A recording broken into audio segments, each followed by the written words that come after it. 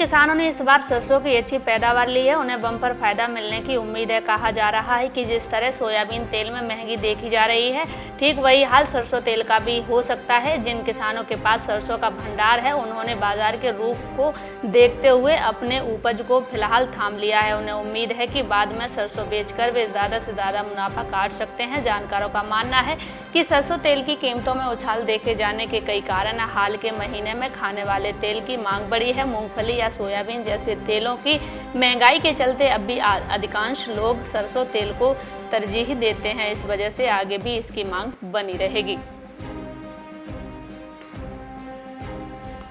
हरियाणा में प्रधानमंत्री फसल बीमा योजना के तहत वर्ष 2021 के दौरान खरीफ सीजन में धान, मक्का, बाजरा, कपास तथा रबी सीजन में गेहूं, जौ, चना, सरसों और सूरजमुखी फसलों का बीमा किया जाएगा। फसल का बीमा करवाने की अंतिम तिथि 31 जुलाई है। ये योजना सभी किसानों के लिए स्वैच्छिक है। इसके लिए यदि सरकार से कर्ज लेने वाले किसान इस योजना में शामिल नहीं होना चाहते हैं तो वे 24 जुलाई तक अपने बैंकों में लिखित आवेदन करके योजना से बाहर हो सकते हैं। यदि ऋणी किसान स्कीम से बाहर होने के लिए तय सीमा तक संबंधित बैंक में आवेदन नहीं करते हैं तो बैंक किसान की फसलों का बीमा करने के लिए अधिकृत या बाध्य होंगे।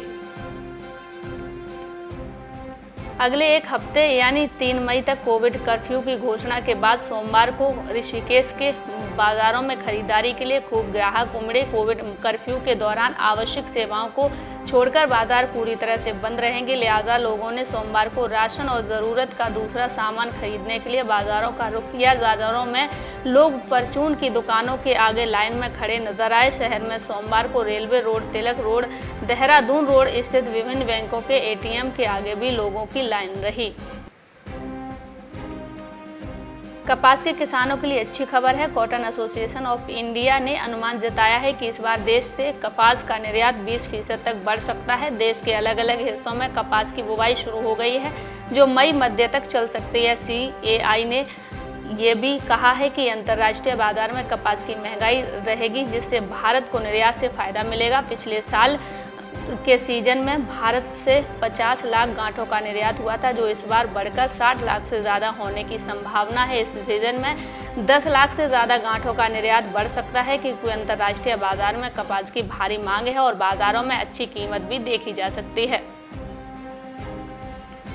कन्नौज जायद में बोई जाने वाली फसलों में मक्का का रकबा घटा है। इस बार मूंगफली का बढ़ गया है। मक्का का रकबा लंबे समय बाद करीब 6000 हेक्टेयर घटा है। किसानों ने मक्का की जगह इस बार सब्जियों, मूंगफली और हरे चना की चारा को लवजों दी है। किसानों का कहना है कि मक्का की फसल कम रहने की वजह 2 साल से सुड़ी कीट की समस्या है। वहीं कोविड-19 के तहत लॉकडाउन से खपत भी कम हुई है। पिछले साल रेट 1200 रुपये प्रति कुंटल के आसपास ठहरा रहे थे। इससे बार किसानों ने दूसरी फसलें की हैं। जायद में मक्का की 33,000 हेक्टेयर क्षेत्रफल में बुवाई की गई है। कोरोना वायरस संक्रमण में कंपनियां तेल के दाम लगातार बढ़ाती जा रही हैं। इसका असर अब बिक्री पर पड़ना शुरू हो गया है। सोमवार को कंपनियों ने सरसों तेल का दाम फिर 1 रुपये किलो बढ़ा दिया है। अरहर की दाल का दाम 1 रुपये किलो घट गया। हालांकि थोक बाजार में खाद्यान्न की बिक्री बहुत घट गई है। होली पर्व के बाद से खाद्य तेलों की कीमतों ने तेजी का रुख धरा तो फिर रेट कम होने का नाम नहीं लिया।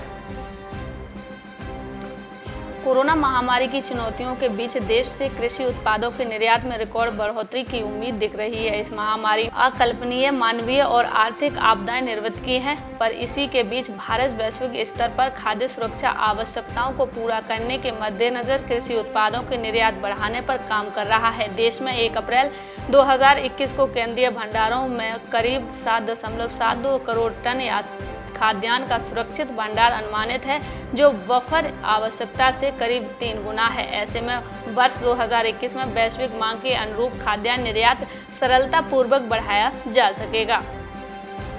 अप्रैल में ही सहालत के चलते सरसों तेल के और रिफाइंड के दामों में भारी उछाल आ गया है। सरसों के तेल के दामों में 40 और रिफाइंड के दामों में 35 रुपये प्रति किलो की बढ़ोतरी हुई है।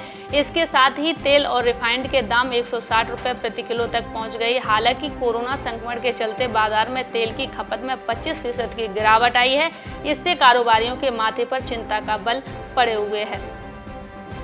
फर्रुखाबाद में इस वर्ष आलू की मंदी ने किसानों को तगड़ा झटका दिया था। जिन किसानों ने इंतजार किया और खेतों में ही आलू का ढेर लगाकर ढंग दिया, उन्हें अब भाव ठीक मिल रहा है। इन दिनों सातनपुर मंडी में 25 से 30 ट्रक आलू प्रतिदिन बिकने के लिए आ रहा है। असोम सहित प्रदेश की कई मंडियों से मांग आने के कारण भाव भी सुर्ख हैं। दिसंबर 2020, जनवरी, फरवरी व मार्च 2021 में आलू का भाव 400 से 500 रुपए क्विंटल तक रहा था, जिससे किसानों को खासा नुकसान रहा। अब भाव की सुर्खी के कारण किसानों को अब खासी राहत मिल रही है। कुछ व्यापारियों का मानना है कि लॉकडाउन की दस्तक की वजह से आलू की मांग बढ़ी है, अभी भाव में और सुर्खी आ सकती है। देश के विभिन्न हिस्सों में 30 अप्रैल तक मौसम खराब रहने का अनुमान है। मौसम विभाग के हवाले से बताया गया है कि मध्य, दक्षिण और पूर्वोत्तर भारत समेत देश के कई इलाकों में 26 से 30 अप्रैल के नमी भरा मौसम रह सकता है। 26 अप्रैल से तेलंगाना, केरल और पुडुचेरी, माहे समेत कई इलाकों में गरज चमक के साथ आंधी पानी की आशंका। यही नहीं, इन इलाकों में 30 से 40 किलोमीटर प्रति घंटे की रफ्तार से तेज हवाएं चल सकती हैं। मौसम विभाग की ओर से साझा की गई जानकारी के मुताबिक 27 अप्रैल को उत्तराखंड के कुछ इलाकों में गरज चमक के साथ तेज हवाएं चल सकती हैं। यही नहीं, 30 अप्रैल को भी उत्तराखंड के विभिन्न इलाकों में तेज हवाएं चल सकती हैं। 29 और 30 अप्रैल को उत्तर पंजाब, उत्तर हरियाणा और उत्तर प्रदेश के उत्तरी सीमावर्ती मैदानी इलाकों में हल्की बारिश संभव है। मौसम विभाग ने दक्षिण आंतरिक कर्नाटक और उत्तर केरल के कुछ इलाकों में भारी बारिश की आशंका जताई है।